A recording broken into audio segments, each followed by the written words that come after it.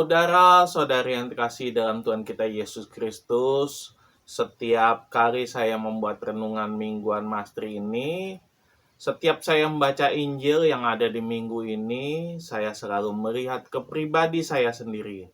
Apakah ada dalam bacaan Injil ini yang sesuai dengan diri saya sendiri? Cerita yang menyangkut diri saya atau apa sajalah yang bisa saya kaitkan dengan kehidupan saya. Kenyataannya adalah bacaan Injil ini memang sesuai dengan diri saya ketika Yesus ditolak di tanah kelahirannya sendiri. Ya, sama seperti saya. Saya merasa ditolak oleh keluarga sendiri. Setiap diskusi, rapat keluarga, dan sebagainya, omongan saya kok nggak pernah dianggap ya oleh yang lain. Bukan cuma oleh keluarga saya sendiri, tapi juga keluarga istri saya. Awalnya sih saya merasa sakit hati juga, tapi lama-lama biasa aja tuh. Saya juga mesti sadar, karena saya begini, karena diri saya sendiri juga. Karena saya ini pemalu, nggak mau banyak ngomong. Anak yang tidak bisa diandalkan, paling susah hidupnya, yang paling tak dianggap, yang paling ditolak, dan itulah saya. Sampai suatu saat saya sadar, untuk apa diterima, untuk apa semua pengakuan itu. Semua itu hanya ego saya pribadi. Lebih baik saya bekerja dalam diam. Pindah ke tempat lain yang mau menerima saya. Saudara-saudari terkasih, berbicara tentang penerimaan, tentang pengakuan, saya ada sebuah cerita. Saya cerita aja ya. Siapa tahu konten saya ini viral. Lagi pula kayaknya orang yang saya omongin itu kayaknya nggak mungkin deh nonton channel renungan saya yang kecil ini. Jadi begini ceritanya. 4 hari yang lalu kami dari stasi Nangga Danau mengadakan kegiatan temu rayas kami di stasi ini. Acaranya pun berjalan dengan lancar dan meriah. Dalam kegiatan tersebut pada malam harinya diisi dengan kegiatan perlombaan. Ada 4 lomba, yaitu paduan suara, mazmur, baca kitab suci, dan kuis kitab suci. Pada lomba paduan suara dan mazmur inilah terjadi sedikit kekacauan. Pada perlombaan ini, ketiga orang juri yang kami undang ternyata salah satunya tidak bisa hadir karena sakit. Kami pun menanyakan kepada pembina kami, apakah perlombaan ini akan tetap berjalan walaupun hanya dengan 2 juri. Semuanya pun sepakat perlombaan ini tetap dilanjutkan dengan hanya 2 juri. Karena juri paduan suara dan mazmurnya sama, maka perlombaan pun dilakukan pada hari yang sama pula, agar jurinya tidak bolak-balik datang ke sini. Akhirnya perlombaan pun dimulai. Semua berjalan dengan lancar sampai selesai. Juri pun akhirnya berdiskusi dan merekap semua penilaian yang ada. Nah, pada pengumuman lomba inilah terjadi riak-riak kecil. Ada salah penghitungan dan pengumuman. Stasi yang diprediksi akan juara malah kalah. Begitupun dengan mazmur, terjadi salah hitung pada perlombaan tersebut. Tapi pemenang lomba pun sudah terlanjur diumumkan. Akhirnya lusa malamnya seorang ibu yang tidak bisa saya sebutkan namanya ini datang kepada panitia.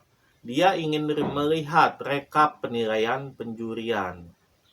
Kami pun tidak bisa menunjukkan karena semua rekap nilai sudah dibawa kembali oleh kedua juri tersebut. Beliau ngotot bahwa penilaian juri tidak adil karena anaknya yang seharusnya juara 3 layak mendapatkan juara 1. Kami pun tetap bertahan bahwa penilaian juri bersifat mutlak, tidak bisa diganggu-gugat. Walaupun benar kami melihat ada mungkin kesalahan penghitungan, tapi tetap keputusan juri tidak bisa diganggu-gugat. Tapi ibu itu tetap ngotot, karena seharusnya anaknya lah yang jadi juaranya. Bahkan pastor pun dimintai tanggapan terkait hal ini. Pastor pun tetap menganggap keputusan juri itu mutlak, terlepas dari salah atau benarnya keputusan juri tersebut. Tapi tetap ibu itu tidak bisa dinasehati. Bahkan suaminya yang dalam hal ini adalah seksi liturgi paroki mendukung istrinya. Mereka merasa dicurangi dan keputusan juri itu tidak adil.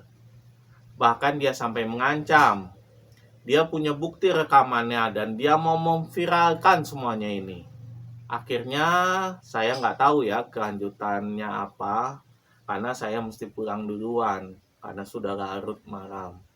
Tapi keesokan paginya, karena saya bagian pembuatan sertifikat juga, saya diminta oleh Pak Ketua untuk merubah anak itu yang seharusnya juara 3 menjadi juara 1. Ya sudah, saya rubah saja. Akhirnya juara 1 ada 2 orang dan juara 2 tetaplah juara 2. Tapi apa yang bisa kita ambil dari cerita saya ini? Pengakuan dan penerimaan. Bahwa seseorang butuh sekali pengakuan. Walaupun itu mungkin anaknya belum tahu apa-apa. Tapi orang tua pasti ingin anaknya itu berprestasi dan diakui bahwa anaknya lah juara 1, bukan juara 3. Walaupun ibu itu tahu bahwa dia dicurangi. Tapi bukankah banyak kecurangan dan ketidakadilan di dunia ini? Suaminya pun sebagai seksi liturgi seharusnya tahu bahwa Tuhan Yesus sendiri sering diperlakukan tidak adil. Tapi apakah Yesus pernah melawan itu semua? Apakah Yesus pernah marah saat diperlakukan tidak adil? Padahal anak itu masih sangat muda loh, masih banyak kesempatan untuk memenangkan berbagai perlombaan. Kenapa orang tuanya sampai sebegitu ngototnya untuk memenangkan lomba tersebut? Apakah pengakuan itu sangat penting bagi mereka? Padahal saya yakin anaknya pun kalau ditanya pasti dengan besar hati dan lapang dada menerima bahwa dia juara 3. Hanya karena ambisi orang tuanya lah kejadian ini bisa terjadi. Apakah mereka puas menang lomba karena kengototan mereka itu?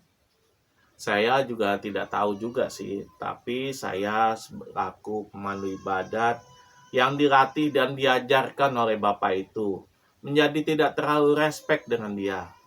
Seolah-olah apa yang diajarkan oleh dia dari ajaran cinta kasih Yesus yang dia berikan kepada kami tidak bisa dipraktekkan sendiri dalam kehidupan dia sehari-hari.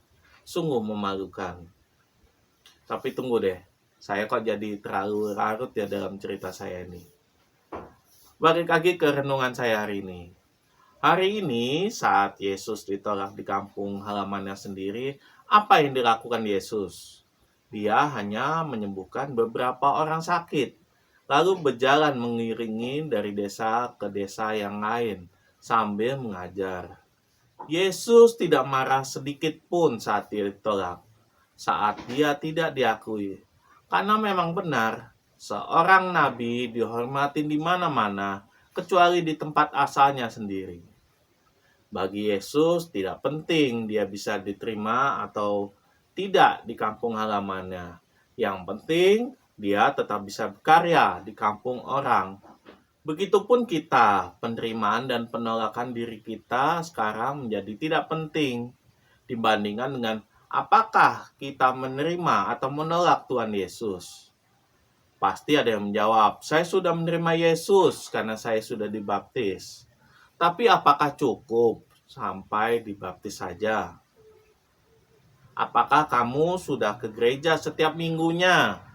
Pasti ada yang menjawab, saya ke gereja kok setiap minggunya, berarti saya sudah menerima Yesus dong.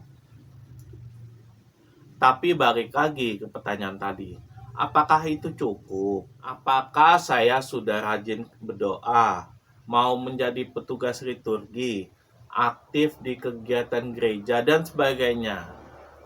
Cukup atau tidaknya penerimaan kita terhadap Tuhan Yesus, hanya kita yang bisa menakarnya. Bapak, Ibu, saudara-saudari terkasih, akhir-akhir ini kita sebagai manusia selalu ingin diterima oleh masyarakat, ingin diakui oleh orang banyak. Tapi kadang kita lupa untuk menerima orang dalam kehidupan kita. Kadang kita menolak Yesus yang hadir dalam diri sesama kita. Maka mari Bapak Ibu, saudara-saudari sekalian, mari kita bersihkan diri kita agar Tuhan mau tinggal di dalam diri kita. Marilah kita menjadi kampung halaman yang nyaman, menjadi tuan rumah yang baik, selalu menerima Tuhan dalam keadaan apapun. Jangan sekali-kali pun kita menolak Tuhan Yesus yang hadir dalam diri kita, karena itu sama saja dengan menolak keselamatan dalam diri kita. Marilah kita memiliki kerinduan agar Tuhan selalu tinggal di dalam kita. Marilah kita menerima Tuhan dalam diri kita. Marilah kita hening sejenak, marilah kita merenung.